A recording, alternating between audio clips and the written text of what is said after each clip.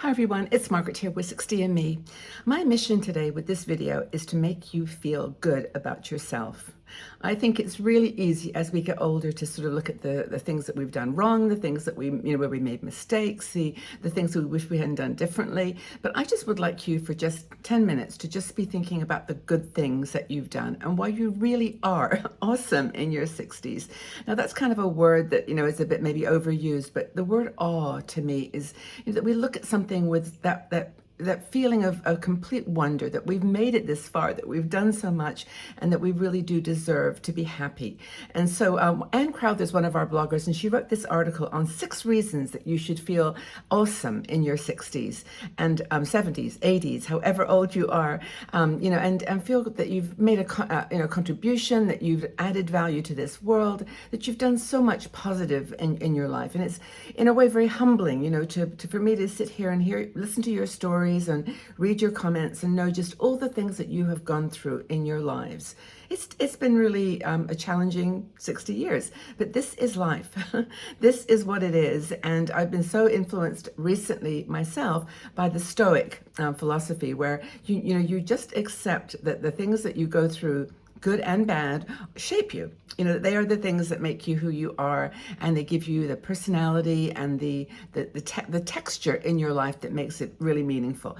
We have got deep reserves of resilience, strength, creativity, how we've dealt with situations over the years. And Anne does talk about this in her article. I encourage you to read it because it's a really positive a moment of encouragement that we are not what we think we are. We're not all the sum of all of our mistakes, but we are the product of the resilience and the strength that we have shown. We've seen it all. We've seen the bad times.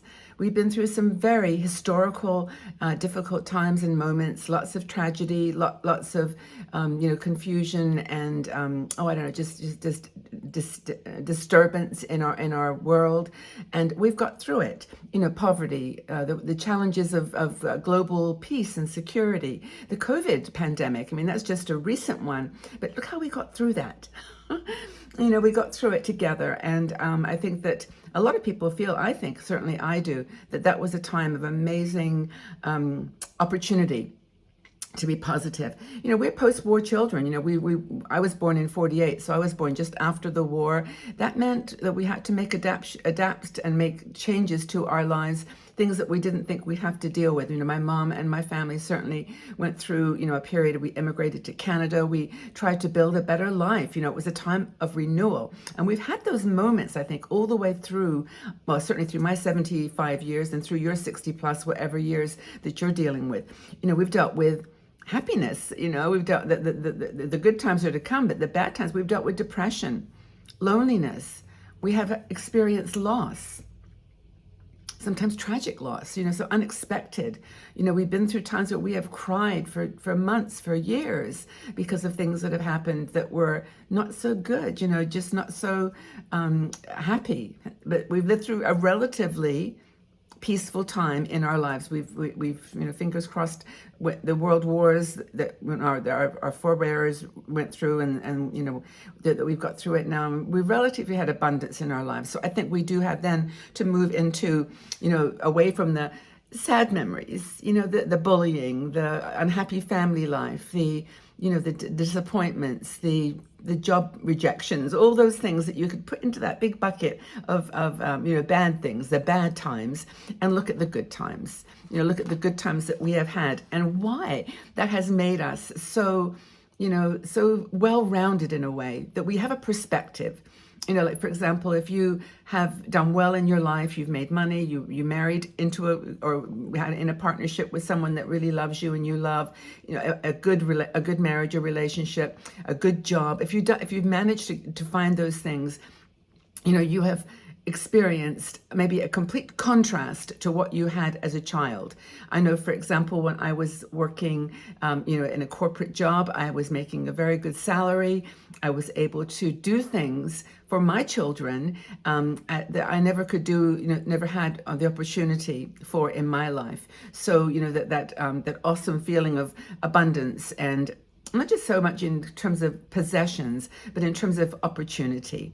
That well, my children, if they wanted to go to school, to college, or they wanted to pursue something, from their heart that was not so mainstream, whatever, the stories, that you were able to give them that opportunity. It was like not, it wasn't so much of a struggle. But on the other hand, you may not have had that opportunity. You may not have found the same good, made the good decisions or been put in with the right choices. And, the story might have been different. But either way, you have lived a full and dynamic and amazing life. Think about all the things you've done. I mean, I want you to feel good about, the weddings, the birthdays, the trips, the books you've read, the things you've experienced that have just brought you complete joy. Maybe meeting new people, finding love in your life, having, fulfilling hobbies and passions. Think of the good things that have happened that counterpoint with the things that maybe not. We did a lot to change some things in the world, and maybe we created some situations that now younger generations are dealing with that maybe, we could have done differently or whatever. You can go back and forth endlessly. But here are the 6 reasons. Okay, now if you're not feeling awesome enough right now, here are some reasons that Anne mentions, and I look at my notes. Yes, you survived hardships and food shortages in the post-war years. It's kind of what I was saying. We had it, our parents had it tough, but we survived the hardships that followed. She said, secondly, you were the guinea pigs for, the pale new methods of contraception. In fact, we were the experiments for so many things, for the civil rights movement. We pushed forward on women's rights, voting, work rights. It's not perfect now. We know this. It's maybe not even better than we were hoping for, but we were the guinea pigs for this. We got up there and said, okay, I'll have it. I'll try it. I'll do it. I'll do it for my sisters. And I think there was a solidarity that was very, very cool. Third, you marched for what you believed in. Now, I think that makes us awesome. And I know we did have the Vietnam War. What was I talking about with no wars? I mean, that was huge. And we had to make decisions about that, whether we supported it or not. And, but we nevertheless, I think the good thing that makes you awesome is that you stood for what you believed in. And you weren't afraid to go march. You weren't afraid to speak your mind. And maybe as we got older, we tempered that a little bit with social constraints and what was right and wrong. But at the beginning, I know for me, and I'll be honest with you, I marched for the end of the war in Vietnam. I had family members that were there, my brothers. I had friends in high school who had died in the war. I was not involved. I just knew that it didn't make sense for me. So we marched for the things we believed in. Next thing we did, this is Anne's ideas, our number 6, or another 4 for being awesome, is that we pushed back on the stay-at-home mom. We went out to the workplace. Yes, I think on reflection, we can say there were some overreactions there, that we did things that maybe, now we're winding back a little bit, but women got the opportunity through our efforts, I think, partly through our efforts, to actually go out and work and earn their own money and do their own things and feel like they were part of, they're more in control of their lives. So we ditched the traditional housewife role.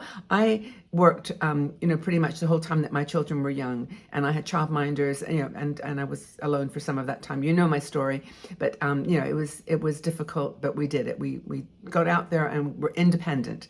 I did not ever want to take benefits and, just not work. I knew I had to do something to set an example in a way for my children. But anyway, we became drivers, train drivers, astronauts, engineers, pilots.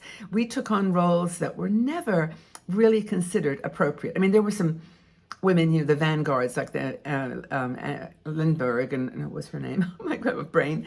There were people that did these crazy things back in the 40s and 30s. But we actually turned the corner and became, there's not enough of us in government. There's still a lower proportion. And by no means have we got this figured out. I mean, we are still working on the rights for women, equal pay, equal opportunity. We know that that's not perfect. And in a way, I mean, depending on what your political views are, you can see some swinging, back to a more conservative world. But, the world moves on, and we do our best to stand up for what we believe in. We believed in ourselves. We believed that we could do not anything. We knew that there were boundaries, and there always will be for everybody. But we did do a lot of self-analysis about our own mission on this planet and what we could do to make a difference. And I think that for those reasons, you should feel like you've made a big contribution and that you are awesome, that you really deserve to give yourself a break. Come on, give yourself a hug, a pat on the back. You know, you're beautiful and you're strong and you're resilient, and you deserve to feel good about yourself and to feel that you truly are an amazing person, despite all the weaknesses, all the shortcomings, all the mistakes, all the things you did, that life is beautiful because of you. And I'm so grateful for you in my life too. So if you like this video, found it useful, inspiring, please like it. I want to get more women to know about us, and YouTube likes you to comment. Just leave a short comment or just like the video, and they'll share it with other people, other women who deserve to hear this. And if you want to join our Patreon supporters group, we have a smaller group that's more intimate. We have private meetings, exclusive live shows, and you can join there at patreon.com/60andme, all written out. So have a wonderful day wherever you are. Know that you're loved and respected by me, and I think the world of you. Take good care of yourselves. Go out in the world and shine. Be proud of yourself. You've done a lot. Very positive. Okay, everyone, take good care. Lots and lots of love. Bye for now.